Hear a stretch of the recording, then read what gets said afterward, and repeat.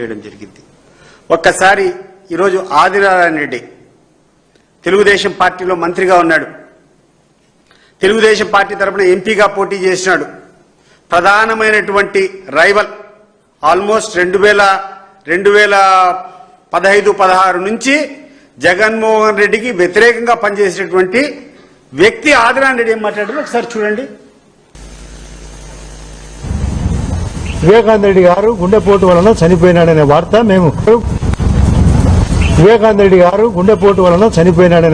మేము విజయవాడలో ఉన్నప్పుడు జరిగినది.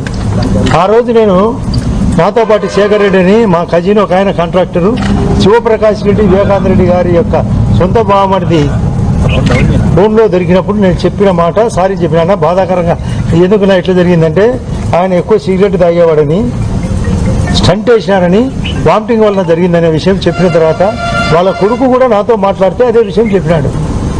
ఈరోజు అన్ని విషయాలు క్లియర్ గా ఆదినారాయణ రెడ్డి గారు స్వయంగా సునీతమ్మ వాళ్ళ మామ శివప్రకాష్ రెడ్డిని అడిగితే శివప్రకాష్ రెడ్డే మాట్లాడాడని చెప్పి ఈరోజు స్పష్టంగా ఆదినారాయణ రెడ్డి చెప్తాడు. మరి ఆయన టెస్టిమనీ నేను ఎందుకు తీసుకోరు అని నేను అడుగుతున్నా. ఈరోజు మీరు ప్రధానంగా చేసేటువంటి అభియోగాలన్నీ వివేకానంద రెడ్డికి అవినాష్ రెడ్డి గారికి వచ్చేటువంటి మనస్పర్ధలంతా వివేకానంద రెడ్డి కడప పార్లమెంట్ సీట్ ఆశించినాడని, ఆయనకు బదులు అవినాష్ రెడ్డికి జగన్మోహన్ రెడ్డి ఎక్కడ టికెట్ ఇస్తాడో అనేటువంటి అభద్రతతో ఆయన అడ్డు తొలగించుకుంటే అవినాష్ రెడ్డి టికెట్ వస్తున్నటువంటి ఒక అంశాన్ని మీరు పైకి లేరుతున్నారు. నిన్న షర్మిల గారు మాట్లాడుతూ కూడా క్లియర్ గా చెప్పారు, వివేకానంద రెడ్డి గారు చనిపోయినటువంటి సమయానికి అవినాష్ రెడ్డి గారికి టికెట్ ఇచ్చేశారు, ఆయన కోసం వివేకానంద రెడ్డి గారు ప్రచారం కూడా చేశారని చెప్పి నేను చెప్పడం కాదు, షర్మిల గారు నిన్న ఇచ్చినటువంటి ప్రెస్ మీట్ లో కూడా క్లియర్ గా చెప్పారు. ఇంకా అవినాష్ రెడ్డి జగన్మోహన్ రెడ్డి ఇద్దరు ఒకటైన తర్వాత ఇంకా మీరు మాట్లాడాల్సినటువంటి అవసరం ఏముంది అంటున్నా, మీ గురించి పట్టించుకోవాల్సిన అవసరం ఏముంది? అవినాష్ రెడ్డి గారికి జగన్మోహన్ రెడ్డి గారి ఆశీస్సులే సంపూర్ణంగా లభించినప్పుడు వివేకానంద రెడ్డి గురించి బాధపడాల్సినటువంటి అవసరం కానీ వివేకానంద రెడ్డి గారిని గురించి ఆలోచించాల్సినటువంటి అవసరం కూడా ఏముంది అని చెప్పి నేను ఈ సందర్భంగా అడుగుతున్నా. కాబట్టి సునీతమ్మ గారికి కానీ శరణమ్మ గారికి కానీ ఒకటే విన్నపం, మీరు పదే మిమ్మల్ని వదిలిపెట్టరు, ఈ తెలుగుదేశం సైతాన్లు మిమ్మల్ని వదిలిపెట్టరు. 2029 ఎలక్షన్ల వరకు మిమ్మల్ని ఏ రకంగా వాడుకోవాలనో వాళ్ళకి ఎప్పుడు అవసరమవుతుందో, ఎప్పుడైతే తెలుగుదేశం పార్టీ డౌన్ఫాల్ అవుతుందో, ఎప్పుడైతే తిరుపతి లడ్డు ప్రచారం వికటిస్తుందో, ఎప్పుడైతే టీవీ5 అధినేత బిఆర్ నాయుడు యొక్క రాసక్రీడలు పైకొస్తాయో, ఎప్పుడైతే తెలుగుదేశం పార్టీ యొక్క పార్లమెంట్ మెంబర్ మీద ఏదైనా డ్రగ్స్ ఇంకొక అభియోగం వస్తే ఇవన్నీ డిఫెండ్ చేసుకునేదానికి మీకు వేరే అస్త్రాలు లేకుండా మిమ్మల్ని పైకి తీసుకొని వచ్చేటువంటి అంశం ఇది అందరం కూడా గమనిస్తున్నాం. మీకు నిజంగా చిత్తశుద్ధి ఉంటే, నిజంగా మీరు కోరుకుంటే చెప్పండి, మీరిద్దరూ రండి, అవినాష్ రెడ్డి గారిని కూడా పిలిపిస్తాం. ఎక్కడ 10 మంది ప్రెస్ వాళ్ళందరినీ పెట్టుకొని ఓపెన్ గా మీరు అడగాల్సినటువంటి అడగండి, ఆయన చెప్పాల్సినటువంటి చెప్తాడు, ప్రజలు నిర్ణయిస్తారు.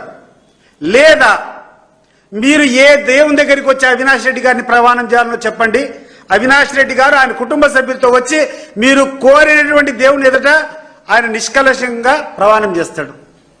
అది లేదా కోర్టు స్పీడప్ చేయండి అమ్మా, కోర్టు ప్రొసీడింగ్ స్పీడప్ చేయండి, విచారణ తొందరగా పూర్తి చేయండి, దోషులు ఎవరో బయట పెట్టండి. ఇదేంది వితండమ్మా?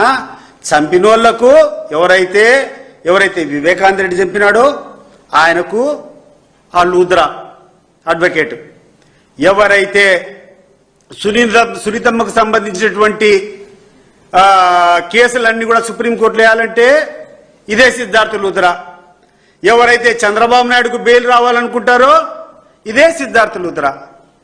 దీన్ని బట్టి అర్థం కావడం లేదా ప్రజలకు? చంద్రబాబు నాయుడు, సునీతమ్మ, తర్వాత షర్మిలమ్మ, తర్వాత ఈ దస్తగిరి వీళ్ళందరూ ఒకటే అనేది అర్థం కావడం లేదా ఇంతతో?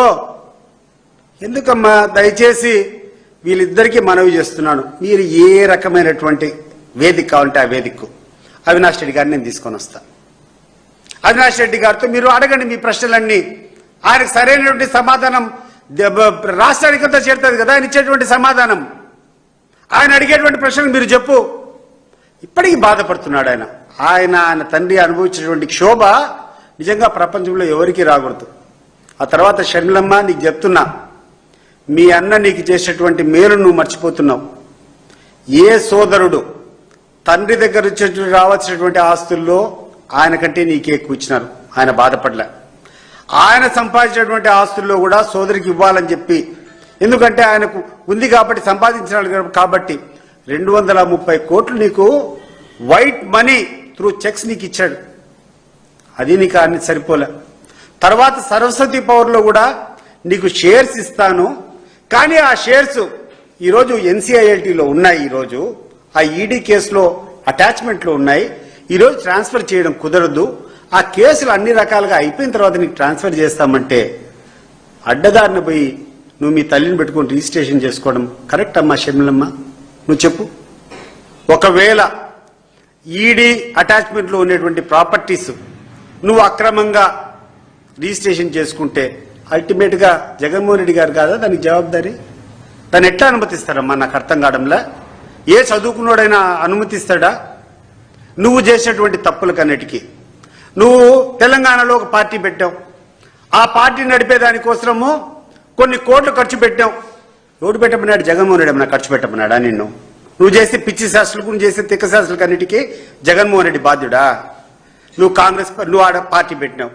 మరి నీకు కన్సిస్టెన్సీ ఉంటే, నిజంగా నీకు నిజాయితీ ఉంటే ఆడ కంటెస్ట్ చేయాల్సింది. నువ్వు ఎందుకు మళ్ళీ అక్కడ కాంప్రమైజ్ అయినావు? అంటే ఎవరితో కాంప్రమైజ్ అయినావు? ఎవరి ఇంట్లో నుంచి నువ్వు బయటకు వచ్చినావో, టైం ఇట్లా వాచ్ చూసుకొని ఇంకేది వీళ్ళతో మాట్లాడేదని బయటకు వచ్చినావో, ఆ సోనియా గాంధీ గారి దగ్గరికి పోయి ఆమె పార్టీలోనే నువ్వు మళ్ళీ పిసిసి ప్రెసిడెంట్. ఎవరికి అర్థం కావడం లేదు నీ స్వార్థము? లేదు. ఆడైపోయిన తర్వాత ఇక్కడ తీసుకొని వచ్చి పెట్టారు. ఇక్కడ తెచ్చిన దానికి కారణం ఏంది? జగన్మోహన్ రెడ్డి గారికి అత్యంత ప్రతిష్టలున్నాయి, జనబలం ఉంది. ఆయన ఓట్ బ్యాంక్ స్ప్లిట్ చేయాలా? ఆయన ఓట్ బ్యాంక్ స్ప్లిట్ చేయాలంటే విష ప్రచారంతో పాటు రాజశేఖర రెడ్డి కుటుంబ సభ్యురాలని తీసుకొని వచ్చి కంటెస్ట్ చేపిస్తే గణనీయమైనటువంటి ఓటు చిరుస్తుందనేటువంటి భావంతో చంద్రబాబు నాయుడు గారి ఆడిన నాటకంలో నువ్వు ఇక్కడికి వచ్చినావు. నీకు ఫండింగ్ ఇచ్చినాడు. ఎవరికి తెలియదు అన్నమాట. నువ్వు పెట్టేటువంటి ప్రతి పైసా ఖర్చు ఎలక్షన్లో పెట్టింది చంద్రబాబు నాయుడు గారు ఇచ్చింది కాదా? లోకేష్ గారు ఇచ్చింది కాదా? ఇవి నువ్వు ప్రజలకు చెప్పుకోవాల్సింది పోయి నిస్సిగ్గుగా నువ్వు వ్యవహరించినటువంటి తీరు ఈ రాష్ట్ర ప్రజలందరూ కూడా గమనిస్తున్నారు. ఇటువంటి చౌకబారు ప్రకటనను నువ్వు మానుకోకుంటే భవిష్యత్తులో నీ యొక్క ఇమేజ్ ఇంకా తీవ్రంగా గణనీయంగా పడిపోతుందని చెప్పి ఈ సందర్భంగా వీళ్ళు తెలియజేస్తారు.